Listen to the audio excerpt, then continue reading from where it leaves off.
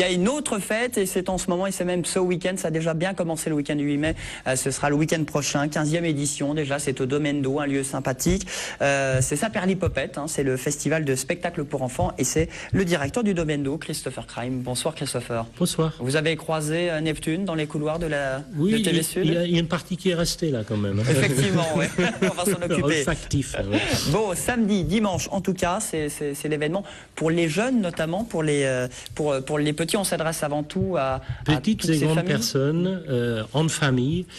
C'est un festival qui couvre tout le département. C'est ainsi voulu par le Conseil général et son président.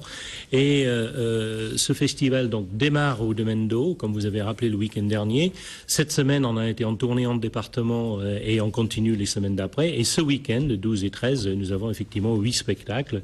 Et ce que nous avons appelé les découvertes, une dizaine d'animations, si on veut, où les familles participent à des jeux, que ce soit des jeux de société, mais aussi des manipulations, etc. Plein de choses. Sur les 5 sens d'ailleurs le thème. Les thèmes sont ça, les sens, l'équilibre aussi, parce que j'ai pas compris que les sens n'étaient que l'olfactif, le regard, là, etc. Ça prend tout son sens. Exactement. Donc, on aurait dû prendre l'âne au Domaine d'eau pour Saperlipopette. Je vous mettrai en contact avec Claude. Merci beaucoup. Voilà, Christopher. Oui. Donc, beaucoup de spectacles, beaucoup de formes. C'est du cirque, c'est de la musique, c'est de la danse. C'est ça. Un peu de danse, mais surtout beaucoup de théâtre d'objets, les marionnettes, les formes, etc. Donc beaucoup de choses intéressantes pour tous les âges, puisque nous commençons dès l'âge de 30 mois.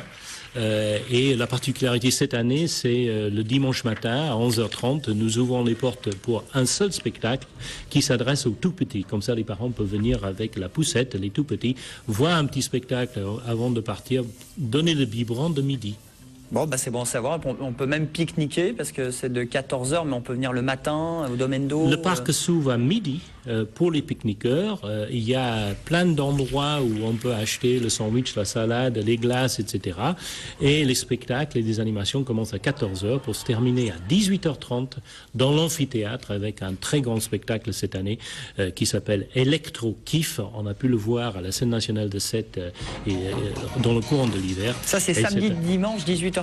Samedi, dimanche, 18h30, 1600 places dans l'amphithéâtre d'eau. Voilà pour ce rendez-vous électrokiff. Jean Brun, vous êtes déjà allé au Domaine d'eau, j'imagine que oui. Je suis déjà allé au Domaine d'eau. Saperlipopette. Fidèle. C'est très sympa pour les enfants. Et puis surtout, il y a l'espace pour pouvoir y passer du temps. On n'est pas juste obligé de venir au spectacle et repartir tout de suite. Donc ça, c'est sympa. Autre La richesse spectacle de ce parc. Il s'appelle Psi Psi. Ah oui, c'est ça, j'ai bien fait, Très très bien fait, oui.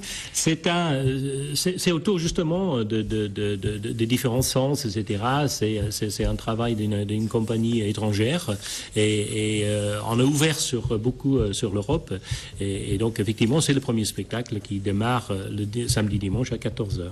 Alors il faut réserver, on se pointe directement entre 3 et 5 euros, c'est ça? Alors c'est 3 euros l'entrée du parc, ça c'est obligatoire pour tout le monde et ça comporte donc l'ensemble des manifestations et c'est ensuite un ticket pour l'entrée de chaque spectacle payant à 5 euros effectivement. C'est difficile de bâtir la programmation de spectacles pour enfants, pour trouver les spectacles. Parce que comment vous faites? Ils viennent de plusieurs pays.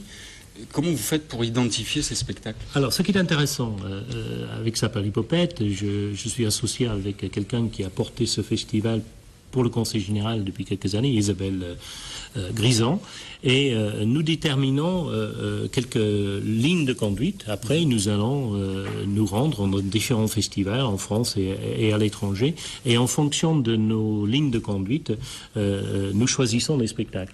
Il y a une richesse énorme de créativité pour les familles aujourd'hui. Je crois que c'est ça la différence. Ce n'est pas des spectacles qui s'adressent spécifiquement au jeune public. Ce sont des formes, des histoires qui peuvent être lues de différents niveaux. Et donc les parents, les grands-parents, les oncles, les tantes et les tout-petits peuvent participer à cette activité ensemble. Et c'est ça qui nous importe beaucoup. Spectacle, le festival Saperlipopette par les Paperlipopette. C'est bien, il faut se renouveler chaque année.